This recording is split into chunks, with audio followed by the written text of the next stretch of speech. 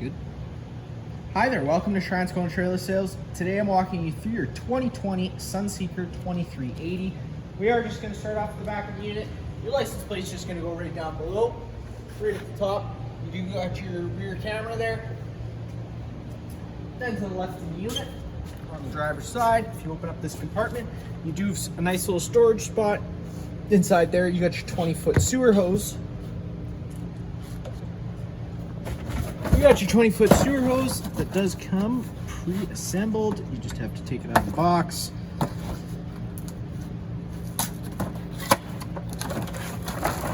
just gonna take it off the box so I can show you the ears that are on it. Those are gonna be the same ears that hook up to your sewer hose, which I will show you in a second. And then you do just have some other fine goodies in here, just like a starter water hose, and then a 15-amp park adapter, which I will explain to you right away. Close this compartment. You got your 30-amp twist lock connection. You're just taking note of that notch there. It lines up with this notch on this side. You're just lining the two up, pressing it into place, 8th turn to lock it in. Then you got that threaded collar to really lock it down. If you follow that cord back, you do have your standard 30-amp plug end. Most campsites should have this and you can plug right on in, but let's say you have the unit at home or your campsite only has 15-amp service. We do include a 15-amp park adapter. Just keep it in mind, you're going down to 15 amps of power. It's really just to run your fridge and your lights. You're not gonna wanna try and run the air conditioner on that, or you could trip your breaker. Whenever you are plugged in, you're getting that blue light on top telling you you have a successful power source. If you had a red light, it would tell you that your source of power is bad and it's not your trailer. Opening this guy up is just a service port for your generator. You can pop this guy off. There is another way to start it, and then just where you check your oil and your air filter. The way we're going to start it today is inside the unit, I should mention. Your Truma hot water heater furnace system, whenever it's running either of those, it does blow hot air out of there, so just be mindful of that. I'm going to go over a driver rear light inside. The light is just right there. Inside here, if you twist and open that, it is where they have a little hose for your docking station, which I'll show you in a minute, and then just your garbage canister, so you don't have to take that out of the unit. It is from the outside. You got your docking station. So your unit should come equipped with a 751 key. It does just go in here and open this up. Pop that open. You do have louvers on either side that you can flip out of the way so you can run that hose that I just showed you inside, or your water hose, so you don't have to leave this open. Flipping that guy up though, you got your hot cold water taps. This works just like an airline, so you push that back, take that hose connected into here, and you'd have hot and cold water on a garden hose handle. Your black tank flush is right here whenever you are using that. Being very careful to have your sewer hose connected and your black tank open, because you do run the risk of bursting your tank if you don't. 2 coax plugins for cable or satellite. And then you got your main water connection. So threading a garden hose in there, turning it on, supplies water to the unit. Now this little blue valve is going to be depending on what you're wanting to do. So right now, there's a little legislative right up top here. It will tell you you're down, so you're going to be on a city water connection. So this is for if you're at a site with service. Turn the water hose on. It does pressurize all those lines. But let's say your site doesn't have water. You can flip it over to the tank fill option, put your garden hose on there, turn it on, and it does pressurize all those lines without the needing to run, it fills your fresh tank, and that's what your water pump draws off of. Just flipping these guys closed. Bring this back into place. Right down here, flipping these guys open.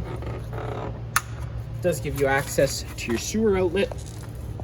Sewer hose just connects onto here like so. Then you got your black and your gray. You're always going to want to empty your black first, as this is going to be your dirtiest water filled from your toilets. And then you can come behind that with your gray, which is typically a little cleaner water filled from your sinks and your showers. That for down there. And there is one thing I did just forget to mention at the back of the unit. Come around back quick 1 second here. You notice this little hose. This is your fresh tank drain. So if you're wanting to drain your fresh tank, you just loosen that cap off and it will drain all the water outside of that tank.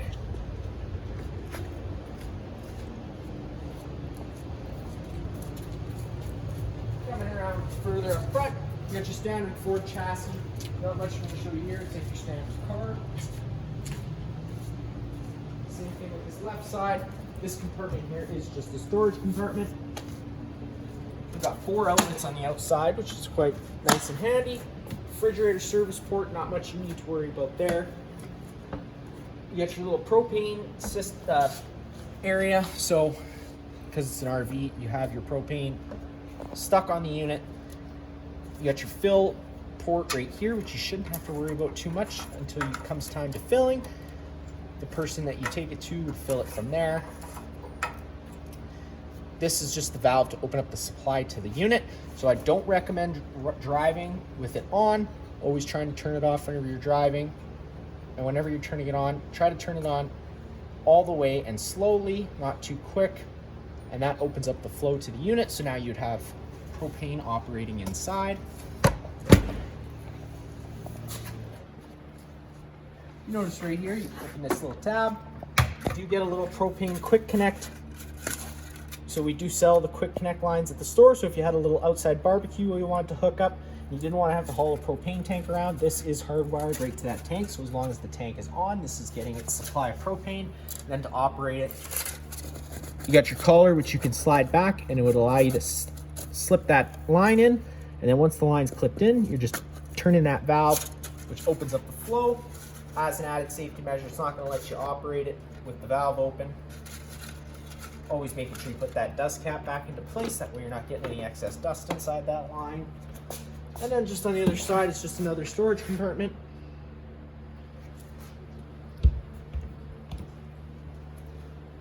Taking a step on inside, you're just grabbing that door handle, opening it up. You're going to notice first thing you're going to see is on your right, that's going to be that fire extinguisher, just like home. Pull the pin and shoot, snapping it out of place. Underneath the stairs, you got this little latch. If you flip this guy off, it does give you access to your 1 house battery. Back into place, and then on this wall, you do have your main fuse and breaker panels. Whenever a breaker trips, is sit in the middle, so you do just have to turn it off and then back on again to reset it. And you have your little fuses on the left here. I'm just going to turn on a couple interior lights so it's just not so dark. Then you got a little motion sensing light that'll always stay on as long as the battery disconnect switch is on the on position, in which case the batteries are connected to the unit. If you were to turn it to the off position, the batteries would become disconnected from the unit, and you would also be disabling the 12 volt, so everything would turn off. So if you ever come inside the unit, you're going to turn the light switches on, you're plugged in, or you have your generator running, and nothing's working still, it's probably because you have disconnect switch off, so just be mindful of that. You got your carefree little awning control here. If you turn it off, it's not going to do anything. Turning it on supplies power to that. And then to get that out, you just hit that extend button and it will start rolling itself out automatically. Now, being careful, because I did this myself, once you push that button, it isn't going to stop itself, unfortunately, once it gets to full extension. So you do have to be waiting here just to tap that button one more time once it's fully extended to your desire. You're going to get to full extension when the little flap hangs down in the back of the metal tube. So there's that flap, and there's that back of the metal tube, so you can hit that button to stop it, and you're fully extended. Now to get it in, just as simple as pushing the retract button in. It's going to automatically draw itself all the way in, and the best part is when it's coming in, you don't have to stand by it. It'll automatically come in, and as soon as it contacts the side of the trailer, it'll turn itself off. You get 2 light switches. One does a little porch light, the other does the awning light. Then I'll let you come right on into the unit. Up on the wall here, this is your main kind of control area. So you got obviously your living room lights and your kitchen lights on the push of a button. That driver's side rear light, which I've told you about earlier, on the side of the trailer. It really helps if you're dumping at night or hooking up at night, getting to your campsite. Lights things up that little bit more. Then you got your water pump switch, which turning that on does draw from your fresh tank. Then your Arctic pack system. It's an extended camping season system. It's essentially just little pads that they strap that gets magnetized or glued to the bottom of the tanks and heats them up for extended camping seasons. Unfortunately, Manitoba winters much too cold for that to be adequate. It's really just for like colder season camping, like maybe -5 at most. And even once you're dipping below 0 with the Arctic pack system, you are running the risk of freezing things. So just Very mindful of that. Then you got your generator start stop switch. So to get that generator to run, hold that stop/prime button. A little red light's going to come on. Now that's priming the carburetor with fuel from the fuel pump. Hold that for about 5 to 10 seconds. Once that's done, hold the start switch, and it does fire right on up. And then you don't get instant power. It typically has to run for maybe 30 seconds to a minute, and then the transfer switch kicks into place, and you're gonna hear your microwave kick on. We're already hooked up to shore power, so I'm just gonna turn that off. And then you just got your tank reading system, as well as you can access your liquid propane from here, as well as your battery. And that just tells you the level. So for the battery and the propane, it goes low, fair, good, and C is charging. Then the rest of the tanks just goes empty, 1/3, 2/3, and then full. You got lots of storage all around. Right here, you got your sound system. So turning that button on turns on your sound system. You can go between AM or FM. You also have an HDMI plug-in, USB, and an aux port. So A is going to be your inside speakers. A is your outside speakers. C is your inside speakers. B isn't hooked up to anything. Then you got the pair option that is for Bluetooth, and this is your source button. So it's just going to take you between your different options, whether that be Bluetooth, HDMI, TV, aux, or FM. Other than that, it's pretty much just like your standard home radio. Power switch to turn it off.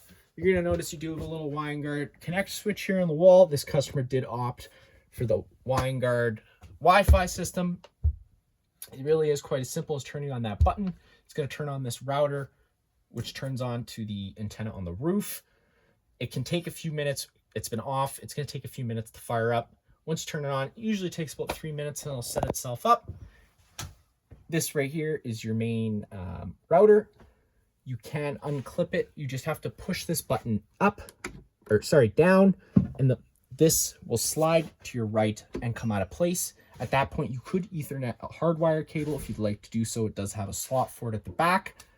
If you bring an Ethernet cable with you, we could hook it up for you. Inside here, you got some TV remotes, and other than that, you got some storage. Then on the wall here, you got your TV. You're gonna notice this little chain hanging down below. It's a travel strap, plus if you pull it and open it, gives you access to another little area where you got some binders with some manuals. Sliding that over. Inside there, in the very back, you're gonna see that little green light on.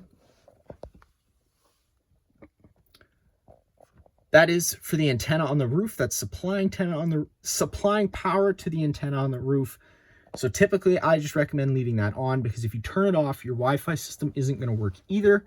And leaving that on does also improve radio frequency. And then you have another extra coax cable, and you already have one hooked up to your TV. That's about it for that inside there. Clipping that back into place, especially whenever you're traveling, so it doesn't go anywhere. You get storage all around. You also have some little accent lighting all around as well. All the blinds in the unit do work the same way.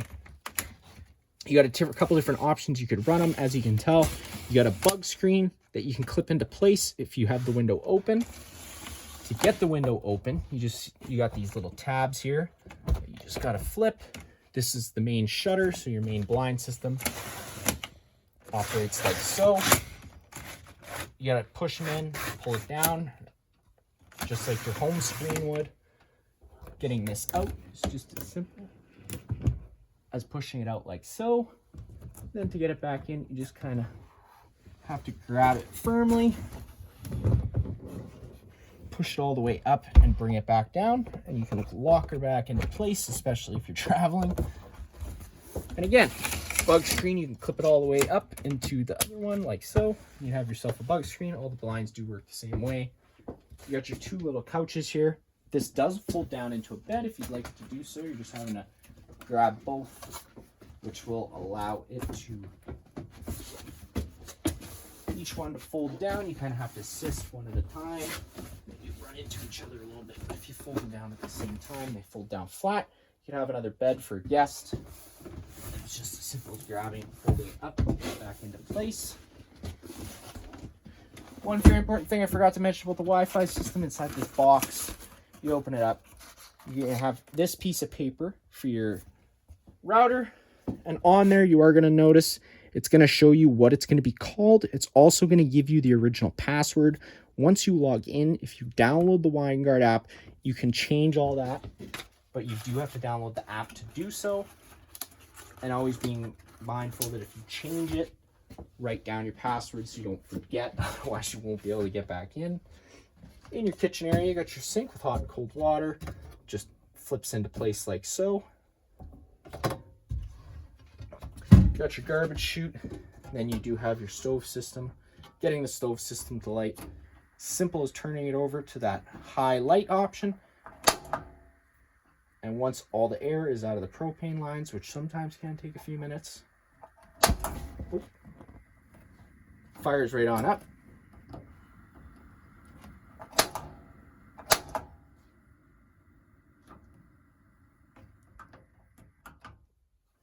And that's how you get that to light. And because the propane system does operate inside here, you got your LP detector right here under the floor near the ground. Propane's heavier than air. If this guy ever starts going off, you just get into worrisome levels. Don't panic. Just turn off the main supply propane and open up some windows and turn on some vents, which I'll show you right here. So you're gonna have this knob here, which if you push it in, locks it.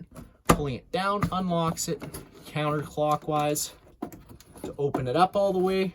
You do already have max air cover installed on here. Power button right here. Pushing the first time gets you on your lowest speed, and then you have 4 more speeds after that. Power button to turn it off again. And then to close it, just the total opposite, clockwise. Once it's firm and snug, lock it into place. Your air conditioner right above our head here. One thing I'm going to go over now before we get to the thermostat, you just got this louver. So if you have this louver open, it's going to dump all its air into the main living space. And if closing them, you're going to use the ceiling venting you have throughout the unit. Again, accent lighting throughout the whole unit, kind of switches everywhere. You got your Nor cold fridge and freezer. The controls are just right on the front. You got that power button. Pushing and holding it turns itself on. You're going to be first on, it's touch screen, by the way. So you're going to first, I typically leave it on automatic. It'll first search for shore power. Once shore power is taken away, it'll either switch to 12 volts or gas, depending on what's available first. If you want it to solely run on shore power, you're just having to press this little square and it'll stay on the plug. So that's shore. One more time, we'll switch over to 12 volt. It's going to start blinking because it's transferring its power option, and then hitting that button one more time will bring you over to gas. Like I said, I typically leave it on electric. This option here is for the fridge. Obviously, with all of them lit as its coldest. Anywhere before that is a little warmer. And then you got your freezer option. And you can also turn the freezer off just with the press of this button. That is turning the freezer off, or you can leave it on depending on what you need. And then pressing and holding the power button will turn it off. Microwave, which is pretty much just like home. Not much I'm going to show you there. Again, more storage all around. You're going to notice some of these drawers do have something installed by the previous owner so that they can't open when you're traveling. So when you open them, you're just having to press that white tab down to unlock them, to pull them out. And I'll just get the cameraman to step over here quickly. Got a couple light switches, which turns on a hallway light and the lights inside the bedroom.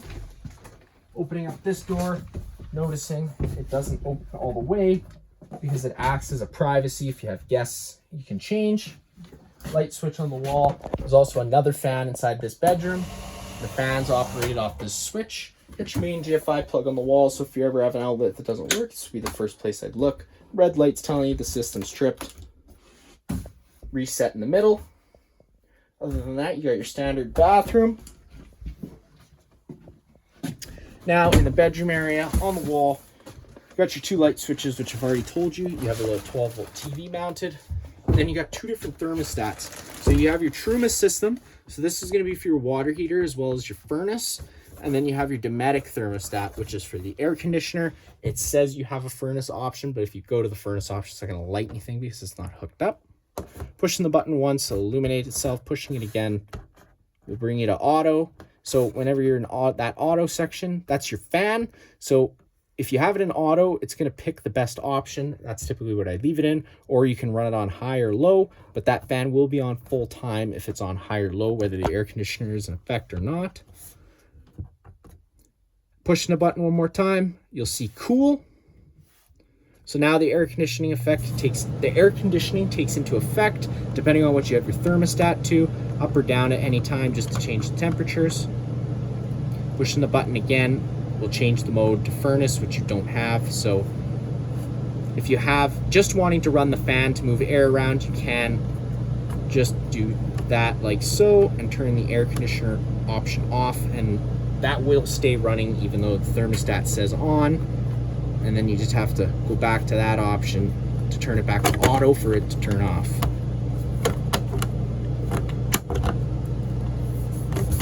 That popped out of place.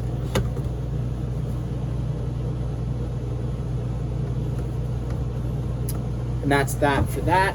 Now, awesome, but you got your Truma system. Just turning the knob will light it. You got a time here. Push it one more time. Now you get into all your different options. So this first option with the van with the little temperature sign, that's going to be how you do fire up the furnace. Click it. You're going to be in the off section. And anywhere you turn it up to, that's your set temperature you want your van going to. To confirm the temperature you want it going to, just having to press that in, this little flame's gonna light, and it's gonna try and fire up the furnace. If you want to turn it back off, just turn it out to the off section, and you're done. This little section here is just for your hot water heater, so Eco is gonna be the most economic option. Then you got hot, which is obviously hot, and boost, which is really hot. That's for that. Then this little option with the bottle, that is how you want the system to run. So you can't, it's gonna say gas at first, and that's probably the best option to leave it on. Or you can do mix one, so it'll be a mixture of gas and electric. And on mix one, it's gonna mainly try and use gas with some electric. And then on mix two, it's gonna try and use mostly electric and use gas when it needs it. Or you can solely run it on electric. Electric 2, it's probably just going to be the same option. But that's that, just choosing that. And then you get your little fan option. So once you've set your thermostat inside your van, you do have to go to the fan. Vent, because we don't have the furnace on, it's going to go to vent. Vent is just ventilating air around. If we went back to the van, turned it on, we can go back to this vent and it'll give us Eco, so that's obviously the most economical option, and then high fan. So Eco's going to be low fan.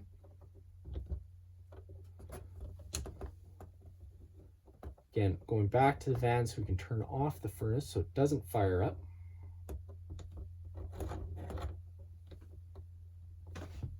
Whenever this little plug-in is here, it's just letting you know that you do have shore power. And then these options here, this is like a sleep mode, so you can turn it, you could get it to fire up at a certain time or turn off at a certain time.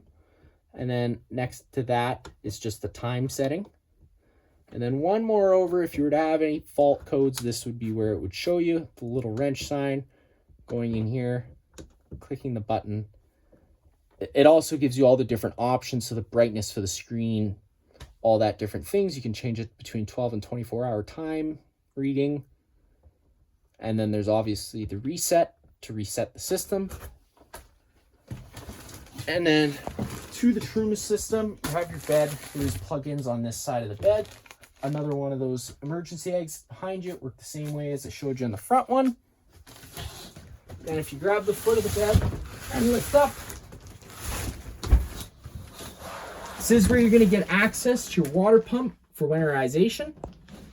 And then you also got the bypass valves on the Truma system, located right underneath here. So that's also for winterization if you were looking to be doing it yourself. It's also where you're going to get access to that system. Make sure that that's going to be it for this unit here. If you have any other questions, feel free to give us a call.